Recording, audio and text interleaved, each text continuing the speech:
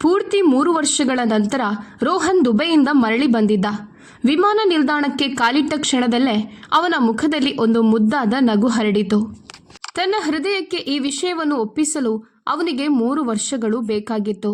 ಅದಕ್ಕೆ ಯಾರಿಗೂ ತಿಳಿಸದೆ ಅವನು ಭಾರತಕ್ಕೆ ಮರಳಿದ್ದ. ಎಲ್ಲರಿಗೂ ಸರ್ಪ್ರೈಸ್ ಕೊಡುವುದನ್ನು, ವೈಷ್ಣವಿ ಅವನನ್ನು ಎದುರು ನೋಡಿದಾಗ ಹೇಗೆ ಪ್ರತಿಕ್ರಿಯಿಸುತ್ತಾಳೆ ಎಂಬುದನ್ನು ನೋಡಲು ಅವನು ಬಯಸಿದ್ದ. ಅವಳು ಬಹಳ ಸುಂದರವಾದ ಹುಡುಗಿ ಮತ್ತು ರೋಹನ್ನ ಹೃದಯ ಅವಳಿಗಾಗಿ ತೀವ್ರವಾಗಿ ತುಡಿಯುತ್ತಿತ್ತು. ಟ್ಯಾಕ್ಸಿ ಅವನ ದೊಡ್ಡ ಬಂಗಲೆಯ ಮುಂದೆ ನಿಂತಂತೆಯೇ ಅವನು ತನ್ನ ಸಾಮಾನು ಇಳಿಸಿ ಡೋರ್ ಬೆಲ್ ಒತ್ತಿದ. ಗೇಟ್ ಕೀಪರ್ ಅವನನ್ನು ಕಂಡಾಗ ಸಂತೋಷದಿಂದ ಮುಖ ಬೆಳಗಿತು. ಸಾಹೇಬ್ರೆ, ನೀವು ಬಂದಿದ್ದೀರಾ ಎಂದು ಹೇಳುತ್ತಾ ಬಾಗಿಲು ತೆರೆದ. ರೋಹನ್ ತನ್ನ ಸಾಮಾನು ಕೆಲಸದವನ ಕೈಗೆ ಕೊಟ್ಟು ಇದನ್ನು ಒಳಗೆ ತೆಗೆದುಕೊಂಡು ಹೋಗು ಅಂತ ಹೇಳಿ ತಾನು ಸ್ಟೈಲ್ ಆಗಿ ನಡೆದು ಬಂಗಲೆಗೆ ಪ್ರವೇಶಿಸಿದ. ಲಾಂಜ್ಗೆ ಬಂದ ತಕ್ಷಣ ಅವನ ಕಣ್ಣು ಮೊದಲು ಅವನ ತಾಯಿ ಶಾಲಿನಿ ಅವರ ಮೇಲೆ ಬಿತ್ತು. ಅವರು ಅಲ್ಲೇ ನಿಂತು ಕೆಲಸದಾಳಿನೊಂದಿಗೆ ರಾತ್ರಿ ಊಟದ ಬಗ್ಗೆ ಮಾತನಾಡುತ್ತಿದ್ದರು. ರೋಹನ್ನನ್ನು ಕಂಡ ಕ್ಷಣವೇ ಅವರು ಬೆಚ್ಚಿಬಿದ್ದರು. ತಕ್ಷಣ ಸೋಫಾದಿಂದ ಎದ್ದು ಅವನ ಬಳಿಗೆ ಓಡಿ ಬಂದು, ರೋಹನ್, ನೀನ್ ಬಂದ್ಯಾ? ಏನೂ ಹೇಳದೆ ಬಂದಿದ್ಯಾ ಎಂದು ಹೇಳುತ್ತಾ ಅವನನ್ನ ಬಿಗಿಯಾಗಿ ಅಪ್ಪಿಕೊಂಡರು.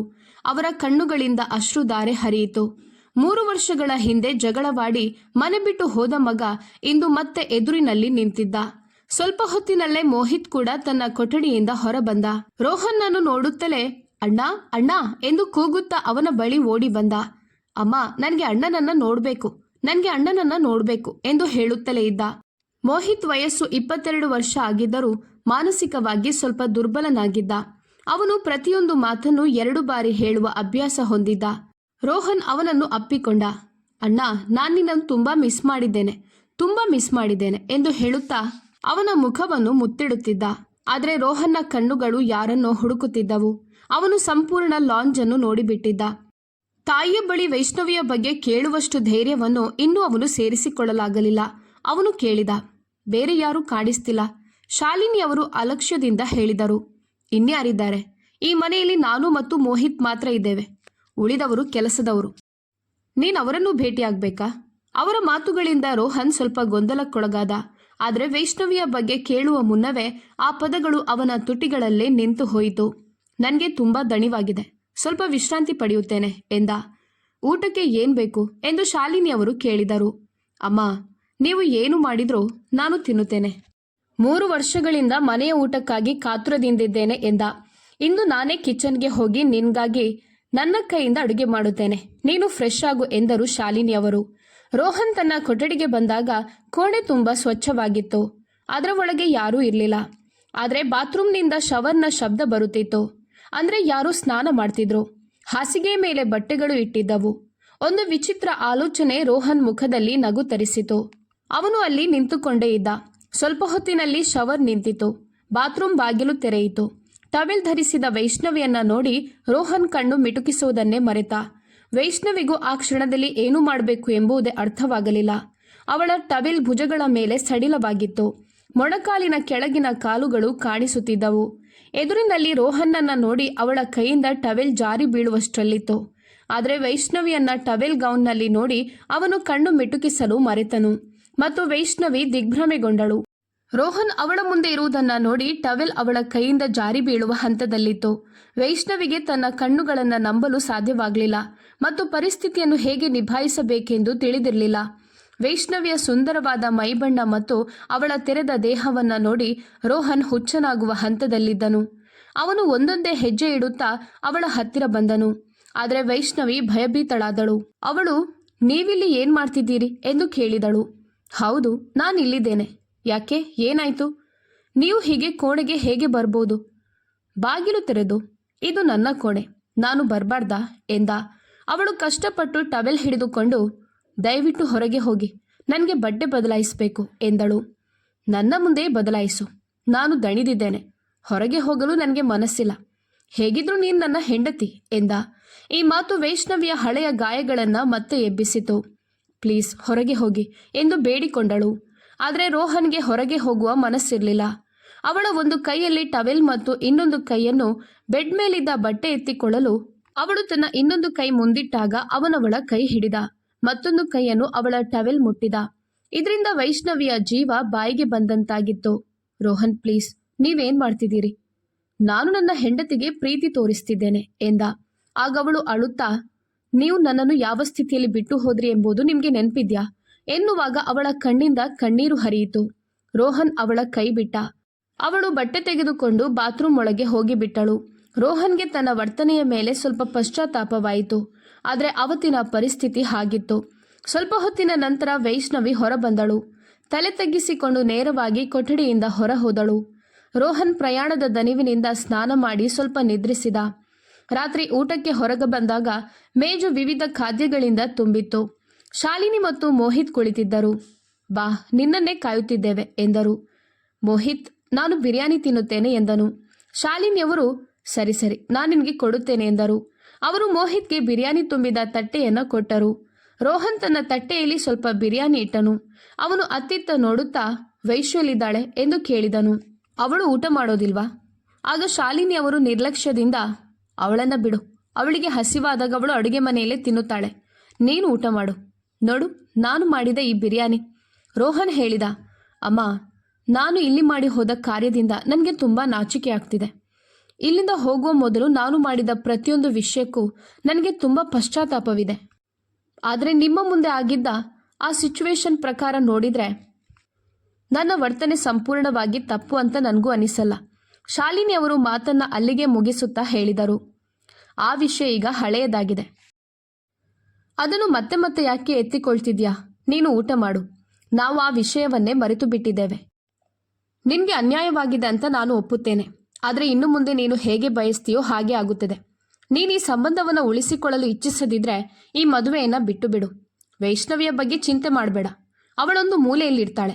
ನೀನು ಎರಡನೇ ಮದುವೆ ಮಾಡಿಕೊಳ್ಬೇಕೆಂದ್ರೂ ಮಾಡ್ಬೋದು. ನನಗೆ ಯಾವುದೇ ಸಮಸ್ಯೆ ಇಲ್ಲ.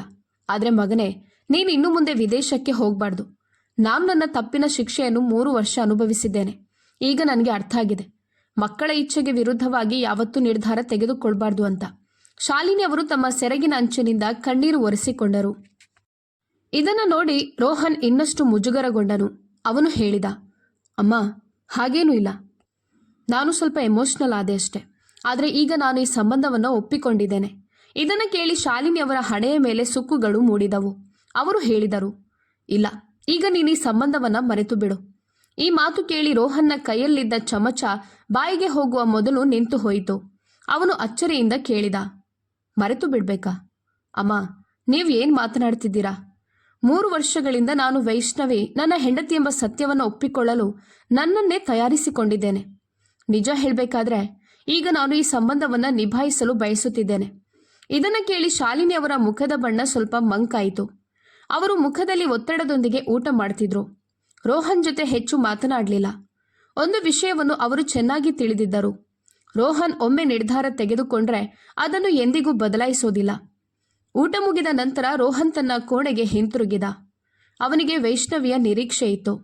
ಆದರೆ ಆ ನಿರೀಕ್ಷೆಯಾಗಿಯೇ ಉಳಿಯಿತು. ರಾತ್ರಿ 1 ಗಂಟೆಯವರೆಗೆ ಅವನು ಅವಳಿಗಾಗಿ ಕಾಯುತ್ತಿದ್ದ. ಆದರೆ ಅವಳು ಕೋಣೆಗೆ ಬಂದಿಲ್ಲ. ಇದರಿಂದ ರೋಹನ್ಗೆ ಅವಳ ಮೇಲೆ ಕೋಪ ಬರತೊಡಗಿತು. ಇಷ್ಟು ಹಠನ? ಅವನು ತನ್ನ ತಪ್ಪುಗಳಿಗೆ ಪಶ್ಚಾತ್ತಾಪ ಪಟ್ಟು ಅವುಗಳಿಗೆ ಪರಿಹಾರ ಕಂಡುಕೊಳ್ಳಲು ಬಯಸ್ತಿದ್ದ. ಹಾಗಿದ್ರೆ ವೈಷ್ಣವಿಗೆ ಏನ್ ಸಮಸ್ಯೆ? ಅವಳಿಗೆ ಎಲ್ಲ ಸಂತೋಷಗಳನ್ನು ಕೊಡಲು ಅವನು ಸಿದ್ಧನಿದ್ದ. ಹಾಗಾದ್ರೆ ಅವಳು ಯಾಕೆ ಇಷ್ಟು ಈಗೋ ತೋರಿಸ್ತಿದ್ಲು? ಕೋಪದಿಂದ ರೋಹನ್ ಕೋಣೆಯಿಂದ ಹೊರಬಂದ. ಸಂಪೂರ್ಣ ಲಾಂಜ್ ಕತ್ತಲಿನಲ್ಲಿ ಮುಳುಗಿತ್ತು. ಅವನು ಅಡುಗೆ ಮನೆಯೊಳಗೆ ನೋಡಿದಾಗ ಲೈಟ್ ಆಫ್ ಆಗಿದ್ದವು. ಅಲ್ಲದೆ ಕೋಣೆ ಖಾಲಿಯಾಗಿತ್ತು. ಕೆಳಗೆ ಕೇವಲ 4 ಕೋಣೆಗಳಿದ್ದವು. ಒಂದು ರೋಹನ್ನದ್ದು, ಒಂದು ಶಾಲಿನಿಯವರದ್ದು, ಒಂದು ಡ್ರಾಯಿಂಗ್ ರೂಮ್ ಮತ್ತು ಒಂದು ಅತಿಥಿ ಕೋಣೆ. ಮೋಹಿತ್ನ ಕೋಣೆ ಮೇಲಿನ ಮಹಡಿಯಲ್ಲಿತ್ತು. ಅವನಿಗೆ 2 ಕೋಣೆಗಳಿದ್ದವು. ಒಂದು ಅವನು ತನ್ನ ನೆಚ್ಚಿನ ಆಟಿಕೆಗಳನ್ನು ಇಟ್ಟುಕೊಂಡು ಅವುಗಳೊಂದಿಗೆ ಆಟವಾಡುತ್ತಿದ್ದನು ಮತ್ತು ಇನ್ನೊಂದರಲ್ಲಿ ಅವನು ಮಲಗುತ್ತಿದ್ದನು. ರೋಹನ್ ಅತಿಥಿ ಕೋಣೆಯ ಬಾಗಿಲು ತೆರೆಯಲು ಪ್ರಯತ್ನಿಸಿದನು. ಆದರೆ ಅದು ಲಾಕ್ ಆಗಿತ್ತು. ವೈಷ್ಣವಿ ಆ ಕೋಣೆಯಲ್ಲಿದ್ದಾಳೆ ಅಂತ ಅವನು ಭಾವಿಸಿದನು. ಅವನು ಮೃದುವಾಗಿ ಬಾಗಿಲು ಬಡಿದನು. ಆದರೆ ಯಾವುದೇ ಪ್ರತಿಕ್ರಿಯೆ ಇರಲಿಲ್ಲ. ಅವನು ಮತ್ತೆ ಬಡಿದು, ವೈಶು, ನೀನು ಕೋಣೆಯಲ್ಲಿದ್ಯಾ ಅಂತ ನನಗೆ ತಿಳಿದಿದೆ, ಬಾಗಿಲು ತೆಗಿ ಎಂದು ಹೇಳಿದನು. ಆದರೆ ವೈಷ್ಣವಿ ಬಾಗಿಲು ತೆರೆಯಲಿಲ್ಲ. ಅವಳು ಉತ್ತರಿಸಲು ಸಹ ಹೋಗಲಿಲ್ಲ. ರೋಹನ್ ಕೋಪಗೊಂಡು ತನ್ನ ಕೋಣೆಗೆ ಹೋದನು. ಅವನು ತನ್ನ ದಿಂಬನ್ನು ಸರಿಪಡಿಸಿಕೊಂಡು ಮಲಗಿದನು. ಆದರೆ ಅವನಿಗೆ ನಿದ್ರೆ ಬರಲಿಲ್ಲ. ಅವನು ಕಣ್ಣು ಮುಚ್ಚಿದಾಗಲೆಲ್ಲ ವೈಷ್ಣವಿಯ ರೂಪ ಅವನ ಕಣ್ಣುಗಳ ಮುಂದೆ ಮಿನುಗುತ್ತಿತ್ತು. ಅವಳ ಟವೆಲ್ ಸುತ್ತಿದ ರೂಪ ಈಗ ಅವನನ್ನ ಹುಚ್ಚನನ್ನಾಗಿ ಮಾಡುತ್ತಿತ್ತು. ಮತ್ತೆ ಮತ್ತೆ ಅವನ ಕಣ್ಣುಗಳು ಅದೇ ಅಭಿವ್ಯಕ್ತಿಯಿಂದ ಮಿನುಗುತ್ತಿದ್ದವು. ಅರ್ಧ ಮುಚ್ಚಿದ್ದ ಅರ್ಧ ತೆರೆದಿದ್ದ ಅವಳ ದೇಹವೇ ಅವನಿಗೆ ಕಾಣಿಸುತ್ತಿತ್ತು. ಅವನು ಆತಂಕದಿಂದ ಎದ್ದು ಕುಳಿತನು. ಅವನಿಗೆ ವೈಷ್ಣವಿಯ ಮೇಲೆ ಕೋಪ ಬಂತು. ಅವನು ಎದ್ದು ಲಾಂಜ್ನಿಂದ ಹೊರಗೆ ಹೋದನು. ಗಾರ್ಡ್, ಡ್ರೈವರ್ ಮತ್ತು ಕೆಲಸದಾಳು ಎಲ್ಲರೂ ತಮ್ಮ ಕೋಣೆಗಳಿಗೆ ಹೋಗಿದ್ದರು. ರೋಹನ್ ಹಿಂದಿನಿಂದ ಅತಿಥಿ ಕೋಣೆಯ ಹೊರಗಿನ ಕಿಟಕಿಯ ಹತ್ತಿರ ಬಂದನು. ಕಿಟಕಿ ಮುಚ್ಚಿಲ್ಲ ಅಂತ ಅವನಿಗೆ ಗೊತ್ತಾಯಿತು. ಅವನು ಅದನ್ನು ಸ್ವಲ್ಪ ತೆರೆದ ತಕ್ಷಣ ಒಳಗಿನಿಂದ ಅಳುವ ಧ್ವನಿ ಕೇಳಿಸಿತು. ರೋಹನ್ ಒಳಗೆ ಬಂದು ಪರದೆಯನ್ನು ಹಿಂದಕ್ಕೆ ಎಳೆದಾಗ ವೈಷ್ಣವಿ ಹಾಸಿಗೆ ಮೇಲೆ ಮಲಗಿ ಅಳುತ್ತಿರುವುದನ್ನು ನೋಡಿದನು. ಅವಳು ಖಂಡಿತವಾಗಿಯೂ ರೋಹನ್ ಮೇಲೆ ಕೋಪಗೊಂಡಿದ್ದಳು ಮತ್ತು ಅಸಮಾಧಾನಗೊಂಡಿದ್ದಳು. ಆದರೆ ಅವನು ಒಳಗೆ ಜಿಗಿದ ತಕ್ಷಣ ವೈಷ್ಣವಿ ಎದ್ದು ಕುಳಿತಳು. ಅವಳು, ಯಾರದು, ಯಾರಿಲ್ಲಿ ಎಂದು ಕೇಳಿದಳು. ಅವಳು ತಕ್ಷಣ ಲೈಟ್ ಆನ್ ಮಾಡಿದಳು. ಅವಳ ಮುಂದೆ ರೋಹನ್ನನ್ನ ನೋಡಿ ಗಾಬರಿಗೊಂಡಳು. ನೀವಿಲ್ಲಿ ಏನ್ ಮಾಡ್ತಿದ್ದೀರಾ? ನಿಮ್ಗೆ ನಾಚಿಕೆ ಆಗ್ತಿಲ್ವಾ? ಕಳ್ಳನಂತೆ ನನ್ನ ಕೋಣೆಗೆ ಬರಲು? ಆಗ ಅವನು ಹೇಳಿದ, ನಿನ್ಗೆ ನನ್ನ ಮಾತು ಅರ್ಥವಾಗ್ಲಿಲ್ವಾ? ನಾನು ಬಾಗಿಲು ತಟ್ಟಿದಲ್ವಾ? ಪ್ರೀತಿಯಿಂದ ಹೇಳಿದ್ರೆ ಅರ್ಥ ಆಗೋದಿಲ್ವಾ ನಿನ್ಗೆ? ವೈಷ್ಣವಿ ತಕ್ಷಣ ಎದ್ದು ನಿಂತಳು. ಪ್ಲೀಸ್, ನೀವಿಲ್ಲಿಂದ ಹೋಗಿ. ಅಷ್ಟೊತ್ತಿಗೆ ರೋಹನ್ ಈಗಾಗಲೇ ಅವಳ ಹತ್ತಿರ ಬಂದಿದ್ದನು. ಅವನು ಅವಳ ಮುಂದೆ ನಿಂತನು. ಅವಳು ಒಂದು ಹೆಜ್ಜೆ ಹಿಂದಕ್ಕೆ ಇಡುವ ಮೊದಲೇ ರೋಹನ್ ತನ್ನ ಎರಡೂ ಕೈಗಳನ್ನು ವೈಷ್ಣವಿಯ ಸೊಂಟದ ಮೇಲೆ ಇಟ್ಟು ಅವಳನ್ನು ಹತ್ತಿರಕ್ಕೆ ಎಳೆದನು. ನೀನೇನ್ ಮಾಡ್ತಿದ್ದೆ? ಅವಳು ಉತ್ತರಿಸಲಿಲ್ಲ. ಅವಳು ತನ್ನನ್ನು ತಾನು ಬಿಡಿಸಿಕೊಳ್ಳಲು ಪ್ರಯತ್ನಿಸಿದಳು. ಅವನು ಹೇಳಿದನು, ನನ್ನ ಹಿಂದಿನ ನಡವಳಿಕೆಗೆ ನಾನು ನಿನ್ನಲ್ಲಿ ಕ್ಷಮೆಯಾಚಿಸಲು ಬಯಸುತ್ತೇನೆ ಮತ್ತು ನಾನು ಅರ್ಹವಾದ ರೀತಿಯಲ್ಲಿ ಈ ಸಂಬಂಧವನ್ನು ಉಳಿಸಿಕೊಳ್ಳಲು ಬಯಸುತ್ತೇನೆ. ನಾನು ನಿನ್ನನ್ನು ಗೌರವದಿಂದ ನನ್ನ ಕೋಣೆಗೆ ಕರೆದೊಯ್ಯಲು ಬಯಸಿದ್ದೆ, ಆದರೆ ನೀನು ಬರಲಿಲ್ಲ. ಹೋಗ್ಲಿ ಬಿಡು, ಇದು ಕೂಡ ನನ್ನ ಕೋಣೆಯೇ, ಅವಳು ಹೇಳಿದಳು. ದಯವಿಟ್ಟು ನನ್ನಿಂದ ದೂರವಿರಿ. ನಾನು ನಿಮ್ಮ ಬಳಿಗೆ ಬರಲು ಬಯಸೋದಿಲ್ಲ.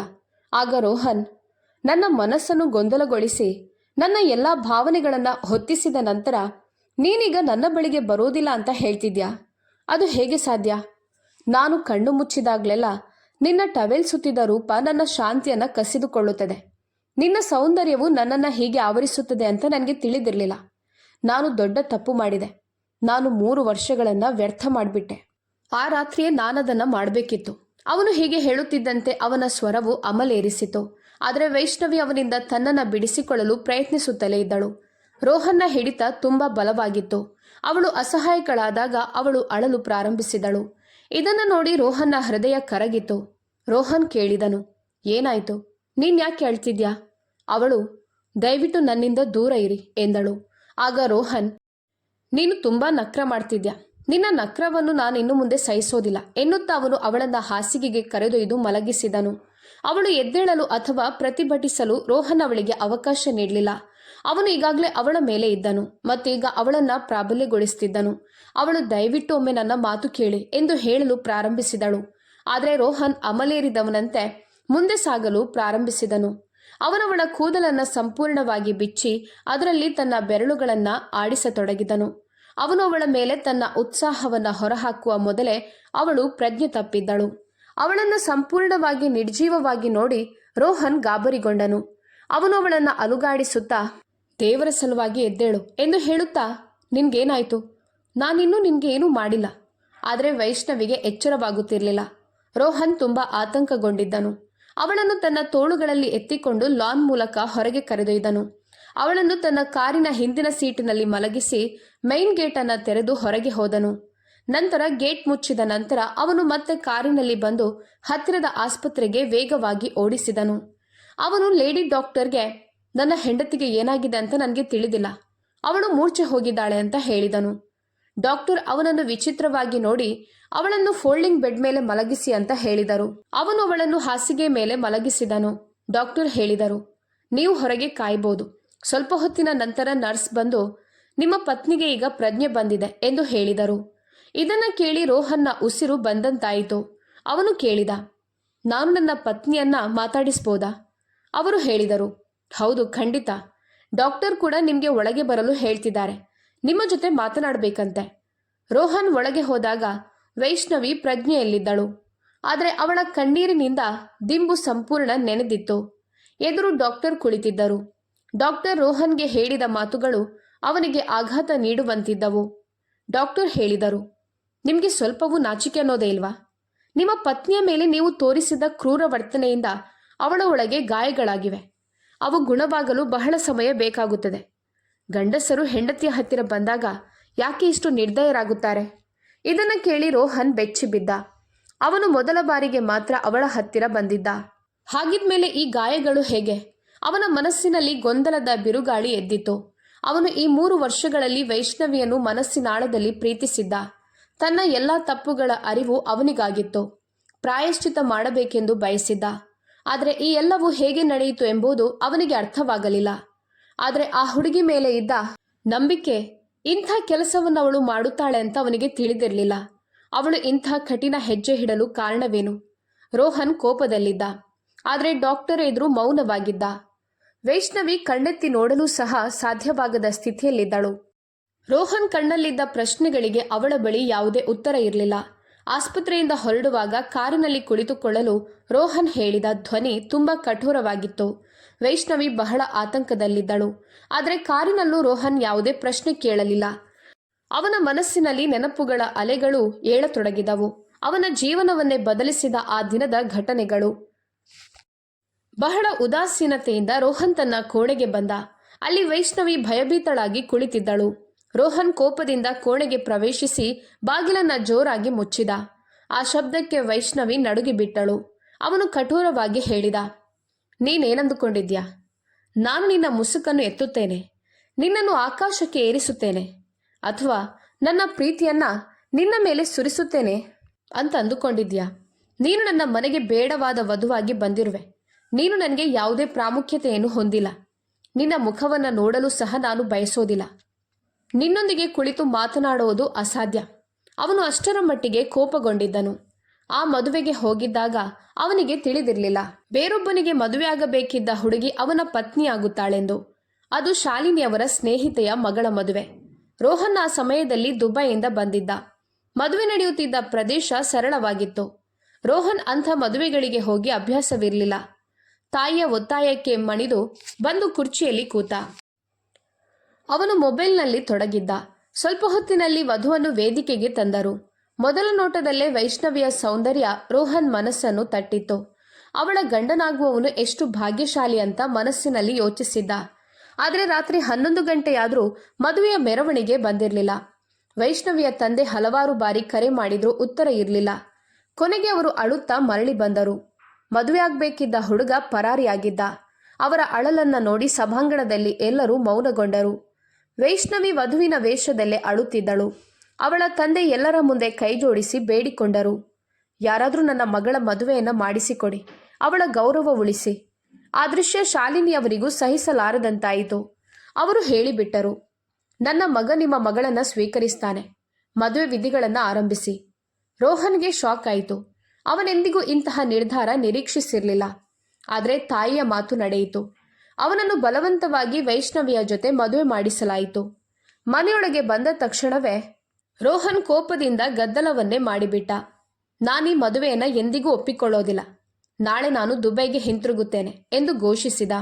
ಅವನು ವೈಷ್ಣವಿಗೆ ಕಠೋರವಾಗಿ ಹೇಳಿದ, ನಿನ್ನನ್ನು ನಾನು ಹೆಂಡತಿಯಾಗಿ ಸ್ವೀಕರಿಸೋದಿಲ್ಲ. ನೀನು ನನ್ನ ಕೋಣೆಗೆ ಬರುವ ಅಗತ್ಯ ಇಲ್ಲ. ಆದರೂ ಕೆಲಸದವಳು ವೈಷ್ಣವಿಯನ್ನ ಅವನ ಕೋಣೆಗೆ ಕರೆದೊಯ್ದಳು. ರೋಹನ್ ಕೋಪದಿಂದ ಅವಳ ಕೈ ಹಿಡಿದು ಕೆಳಗಿನ ಸೋಫಾದ ಮೇಲೆ ತಳ್ಳಿದ. ಇದೇ ನಿನ್ನ ಸ್ಥಾನ, ಇಲ್ಲಿ ಮಲಗು. ನನ್ನ ಹಾಸಿಗೆಯಲ್ಲಿ ನಿನಗೆ ಜಾಗ ಇಲ್ಲ ಎಂದು ಹೇಳಿ ಅವನು ತಿರುಗಿಕೊಂಡು ಮಲಗಿದ. ಆ ರಾತ್ರಿ ಪೂರ್ತಿ ವೈಷ್ಣವಿ ಮೌನವಾಗಿ ಅಳುತ್ತಾ ಕಳೆದಳು. ಬೆಳಿಗ್ಗೆ ಯಾವಾಗ ಅವಳ ಕಣ್ಣು ತೆರೆಯಿತು ಎಂಬುದೇ ಅವಳಿಗೆ ಗೊತ್ತಾಗಲಿಲ್ಲ. ಕೋಣೆಯಲ್ಲಿ ಏನೋ ಚಲನೆಯ ಶಬ್ದ ಕೇಳಿ ಕಣ್ಣು ತೆರೆದಾಗ ರೋಹನ್ ತನ್ನ ಬಟ್ಟೆಗಳನ್ನ ಬ್ಯಾಗ್ಗೆ ಹಾಕುತ್ತಿರುವುದನ್ನು ಕಂಡಳು. ಅವಳು ಎದ್ದು ಕುಳಿತುಕೊಂಡು ಕೇಳಿದಳು, ನೀವು ನನಗೆ ಯಾವ ತಪ್ಪಿಗೆ ಶಿಕ್ಷೆ ಕೊಡುತ್ತಿದ್ದೀರಿ? ಇದರಲ್ಲಿ ನನ್ನ ತಪ್ಪೇನೂ ಇಲ್ವಲ್ಲ? ರೋಹನ್ ಕಠೋರವಾಗಿ ಹೇಳಿದ, ನನ್ನೊಡನೆ ಮಾತನಾಡಬೇಡ. ನಿನ್ನ ಕಾರಣದಿಂದಲೇ ಈ ಎಲ್ಲವೂ ನಡೆದಿದೆ. ನಿನ್ನ ತಂದೆಯ ಗೌರವವನ್ನು ರಕ್ಷಿಸುವ ಹೊಣೆ ನಾನು ತೆಗೆದುಕೊಂಡಿಲ್ಲ. ಈಗ ನನ್ನ ಹೆಸರಿನಲ್ಲೇ ಜೀವನ ಪೂರ್ತಿ ಕುಳಿತುಕೋ. ನಿನ್ನ ತಂದೆಗೆ ನಿನ್ನನ್ನು ವಿದಾಯ ಮಾಡುವ ಆಸೆ ಇತ್ತು. ವಿದಾಯ ಆಗಿದೆ. ನನ್ನ ಮನೆಗೆ ಈಗ ನೀನು ಬಂದಿದ್ಯಾ. ಆದರೆ ಒಂದು ಮಾತು ನೆನಪಿಟ್ಟುಕೋ, ನನ್ನ ಬಳಿ ಬಂದು ನಿನಗೆ ಯಾವತ್ತೂ ನೆಮ್ಮದಿ ಸಿಗೋದಿಲ್ಲ.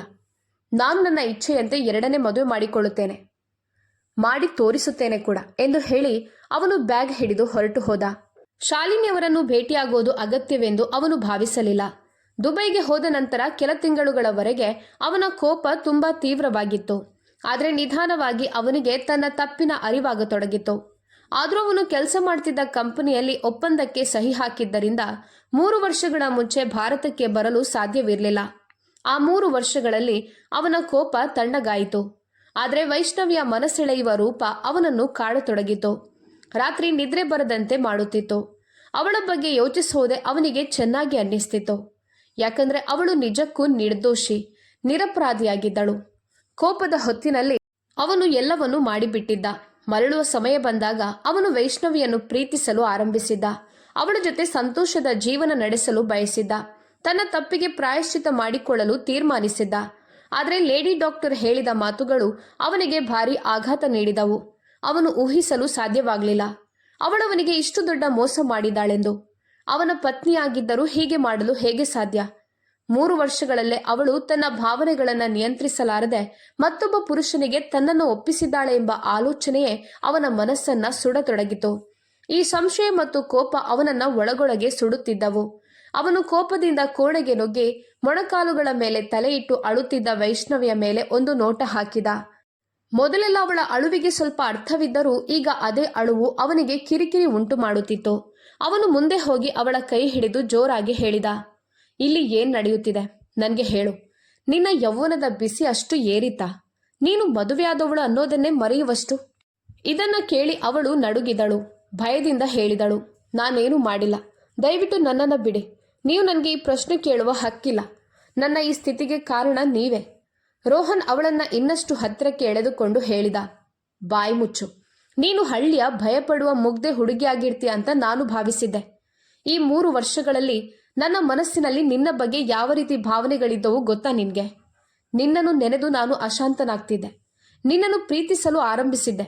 ಆ ಪ್ರೀತಿ ಅಷ್ಟರ ಮಟ್ಟಿಗೆ ಬೆಳೆದಿತ್ತು. ನಾನು ಇತರ ಹುಡುಗಿಯರತ್ತ ನೋಡೋದನ್ನೇ ನಿಲ್ಲಿಸಿದ್ದೆ.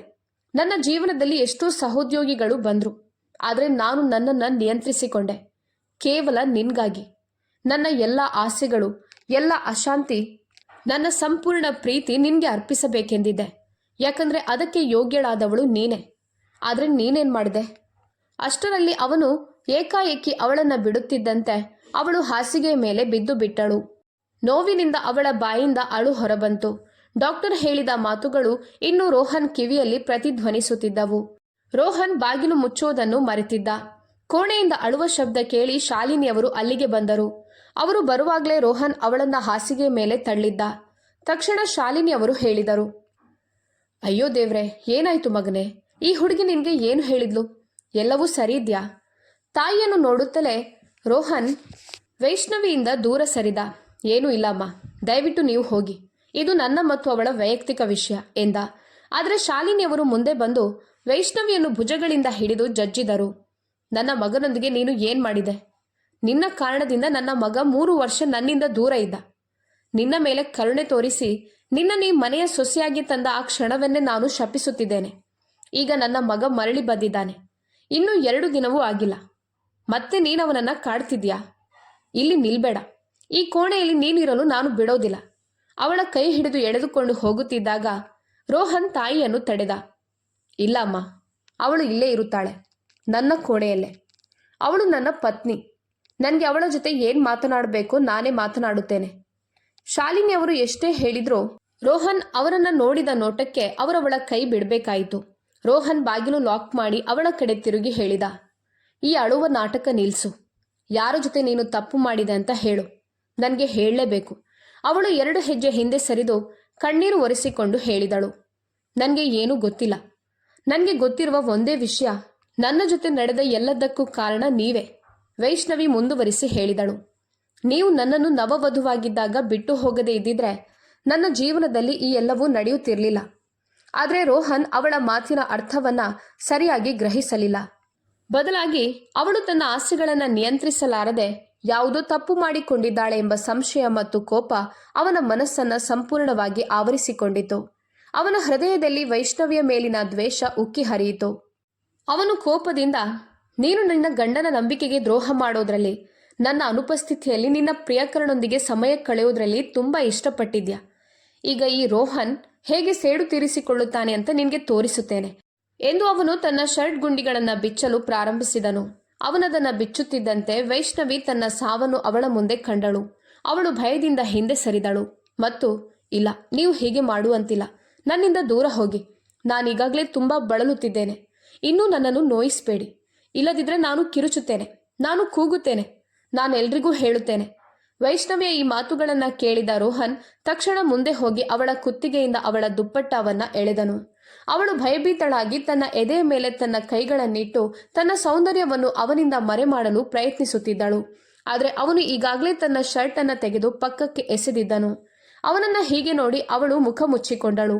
ಆದರೆ ಅವನು ಮುಖದ ಮೇಲೆ ಒಂದು ಚೇಷ್ಟೆಯ ನಗುವಿನೊಂದಿಗೆ, ಯಾಕೆ ಈಗ ನಿನಗೆ ನಾಚಿಕೆ ಆಗ್ತಿದ್ಯಾ? ನಿನ್ನ ಪ್ರಿಯಕರನನ್ನು ನೀನು ಇದೇ ಸ್ಥಿತಿಯಲ್ಲಿ ನೋಡಿಲ್ವಾ? ಅವನನ್ನು ಹೊಗಳುವಂತೆ ನನ್ನನ್ನು ಹೊಗಳಲ್ವಾ? ಖಂಡಿತವಾಗಿ ಅವನು ನಿನ್ನ ಒಪ್ಪಿಗೆಯಿಂದಲೇ ಇದನ್ನೆಲ್ಲ ಮಾಡಿರಬೇಕು.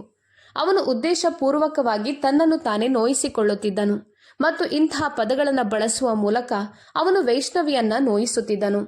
ಅವನು ಉದ್ದೇಶಪೂರ್ವಕವಾಗಿ ಅವಳನ್ನು ಹಾಗೆ ಕೆಣಕುತ್ತಿದ್ದನು. ಅವಳು ಅಳುತ್ತಿದ್ದಳು. ಅವಳು ಅಳುತ್ತಾ, ದೇವರ ಸಲುವಾಗಿ ಇಂತಹ ಪದಗಳನ್ನು ಬಳಸಬೇಡಿ, ನಾನು ನಿಮ್ಮ ಹೆಂಡತಿ, ಈ ರೀತಿಯೆಲ್ಲ ಮಾಡಬೇಡಿ, ನಾನೀಗಾಗಲೇ ತುಂಬ ನೋವಿನಲ್ಲಿದ್ದೇನೆ, ಡಾಕ್ಟರ್ ಹೇಳಿದ್ದನ್ನು ನೀವು ಕೇಳಿದ್ದೀರಿ ಅಲ್ವಾ? ಆದರೆ ಅವಳ ಅಳುವನ್ನು ಕೇಳಿ ರೋಹನ್ಗೆ ಕಿರಿಕಿರಿಯಾಗತೊಡಗಿದವು. ಅವನು ತನ್ನ ಹಣೆಯನ್ನು ಕೆರೆದು ನಂತರ ಅವಳ ಸ್ಕಾರ್ಫನ್ನು ಅವಳ ಬಾಯಿಗೆ ಕಟ್ಟಲು ಪ್ರಾರಂಭಿಸಿದನು. ಅವಳ ಕೈ ಮತ್ತು ಬಾಯಿಯನ್ನು ಕಟ್ಟಿದ ನಂತರ ಅವನು ಅವಳನ್ನು ಹಾಸಿಗೆಯ ಮೇಲೆ ಎಸೆದನು. ಅವನು ಮುಂದೆ ಹೋಗುವಷ್ಟರಲ್ಲಿ ಬಾಗಿಲನ್ನು ಜೋರಾಗಿ ಬಡಿಯುವ ಸದ್ದಾಯಿತು. ಇದನ್ನು ಕೇಳಿದ ರೋಹನ್ ಅವಳಿಂದ ದೂರ ಸರಿದು, ಯಾರು? ಹೋಗಿ ಇಲ್ಲಿಂದ ಎಂದನು. ಇಲ್ಲಿಂದ ಈಗಲೇ ಹೊರಡಿ. ಅಮ್ಮ, ನೀವಾ? ಆದರೆ ಯಾರೂ ಮಾತನಾಡುತ್ತಿರಲಿಲ್ಲ. ರೋಹನ್ ಬಾಗಿಲು ಸ್ವಲ್ಪ ತೆರೆದ ತಕ್ಷಣ ಬಾಗಿಲು ಜೋರಾಗಿ ತಳ್ಳಿ ಮೋಹಿತ್ ಕೋಣೆಗೆ ಪ್ರವೇಶಿಸುತ್ತಿದ್ದಂತೆ ರೋಹನ್ನ ಹಣೆಯ ಮೇಲಿನ ಸುಕ್ಕುಗಳು ಆಳವಾದವು. ಮುಂದಿನ ಕ್ಷಣ ಅವನು ಕೈ ಮತ್ತು ಬಾಯಿ ಕಟ್ಟಿಕೊಂಡು ಹಾಸಿಗೆ ಮೇಲೆ ಕುಳಿತು ಅಳುತ್ತಾ ಕುಳಿತಿದ್ದ ವೈಷ್ಣವಿಯತ್ತ ನೋಡಿದನು. ರೋಹನ್ ಕಡೆಗೆ ಕೋಪದಿಂದ ನೋಡುತ್ತಾ, ಇದೆಲ್ಲ ಏನು ಅಣ್ಣ? ಇಷ್ಟು ಮುದ್ದಾದ ಅತ್ತಿಗೆಯನ್ನ ನೀನು ಹೇಗೆ ಹೀಗೆ ನಡೆಸಿಕೊಂಡೆ? ನಿನಗೆ ನಾಚಿಕೆ ಆಗಬೇಕು ಅಣ್ಣ, ನಿನಗೆ ನಾಚಿಕೆ ಆಗಬೇಕು. ಇಷ್ಟು ಮುದ್ದಾದ ಗೊಂಬೆಯಂಥ ಮೃದುವಾದ ವೈಶುವಿಗೆ ನೀನು ಹೇಗೆ ಹೀಗೆ ಮಾಡಿದ್ಯಾ? ಇಷ್ಟು ಮೃದುವಾದ ಮುದ್ದಾದ ಅತ್ತಿಗೆಯನ್ನ ನೀನು ಯಾಕೆ ಕಟ್ಟಿ ಹಾಕಿದ್ಯಾ ಎಂದು ಕೇಳಿದನು. ಅದರೊಂದಿಗೆ ಅವನು ತಕ್ಷಣ ವೈಷ್ಣವಿಯ ಕಡೆಗೆ ಹೋದನು. ಮೋಹಿತ್ ತನ್ನ ಬಳಿಗೆ ಬರುತ್ತಿರುವುದನ್ನು ವೈಷ್ಣವಿ ನೋಡಿದ ತಕ್ಷಣ ಅವಳು ಹಾಸಿಗೆಯ ಮೇಲೆ ಹತ್ತಿ ಇನ್ನೊಂದು ಬದಿಗೆ ಜಾರಿದಳು. ಅವಳು ನಡುಗುತ್ತಿದ್ದಳು. ಅವಳ ತೋಳುಗಳು ಅವಳ ಮೊಣಕಾಲುಗಳ ಸುತ್ತಲೂ ಸುತ್ತಿಕೊಂಡವು.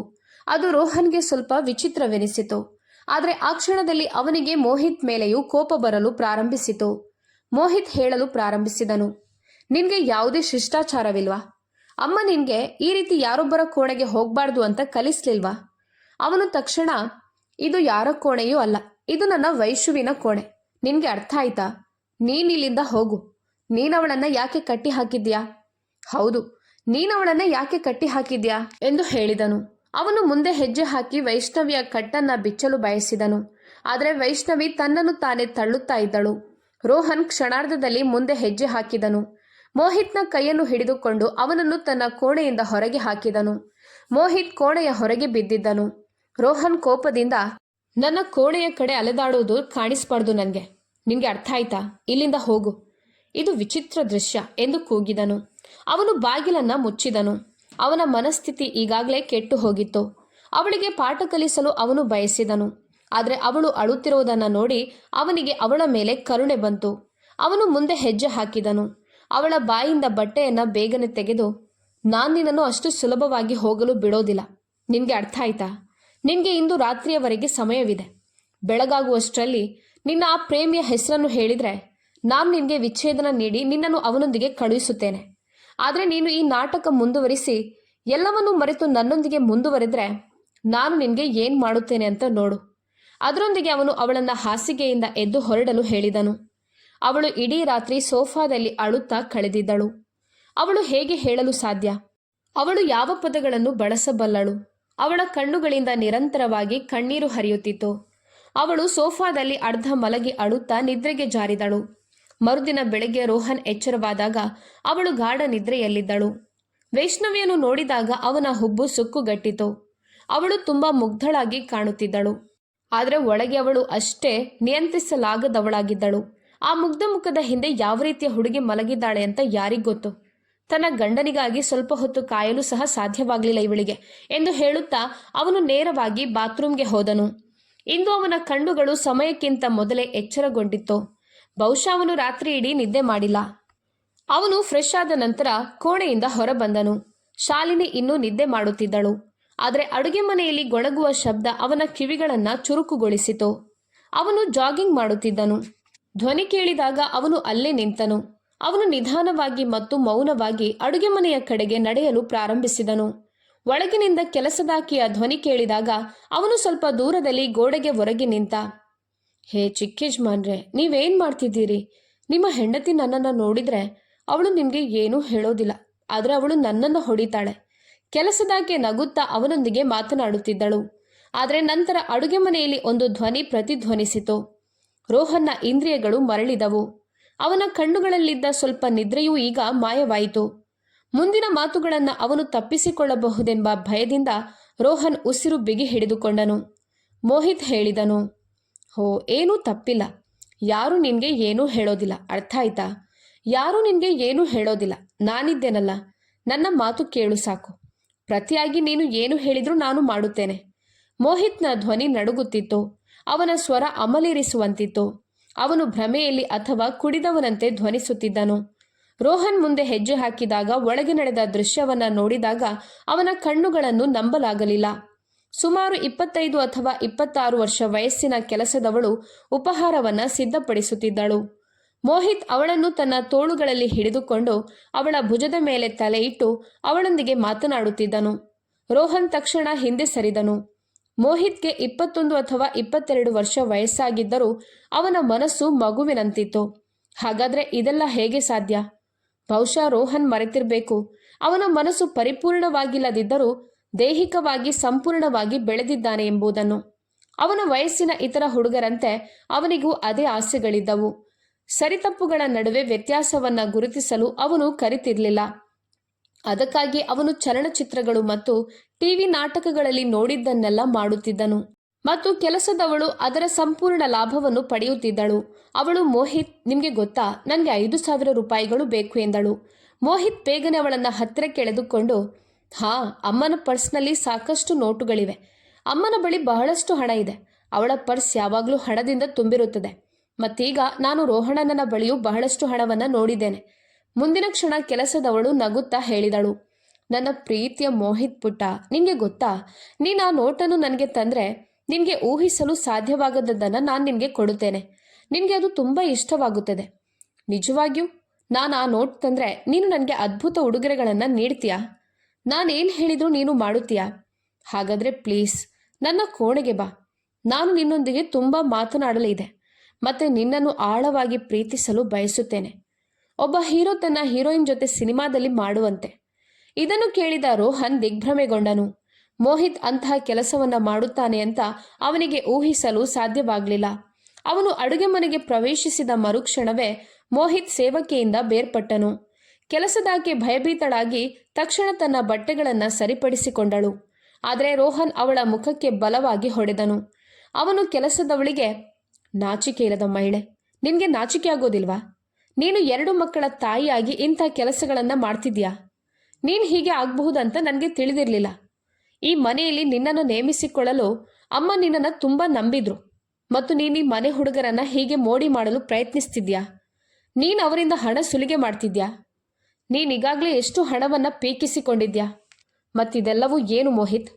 ಮೋಹಿತ್ ಗಾಬರಿಗೊಂಡು ತಕ್ಷಣ ಗೋಡೆಗೆ ಅಂಟಿಕೊಂಡನು. ತನ್ನ ಮುಖವನ್ನು ಕೈಯಲ್ಲಿ ಮರೆಮಾಡಿಕೊಂಡು, ಅಣ್ಣ, ನನಗೆ ಬೈಬೇಡಿ, ನಾನೇನೂ ಮಾಡಿಲ್ಲ ಎಂದನು. ನಾನು ನಿಮ್ಮ ತಮ್ಮ ಅಲ್ವಾ? ನಾನು ನೋಡ್ತಿದ್ದೆ, ನಾನು ನಿಜವಾಗಿಯೂ ಏನೂ ಮಾಡಲಿಲ್ಲ. ಸೇವಕಿ ಕೂಡ ಅಳಲು ಪ್ರಾರಂಭಿಸಿದಳು.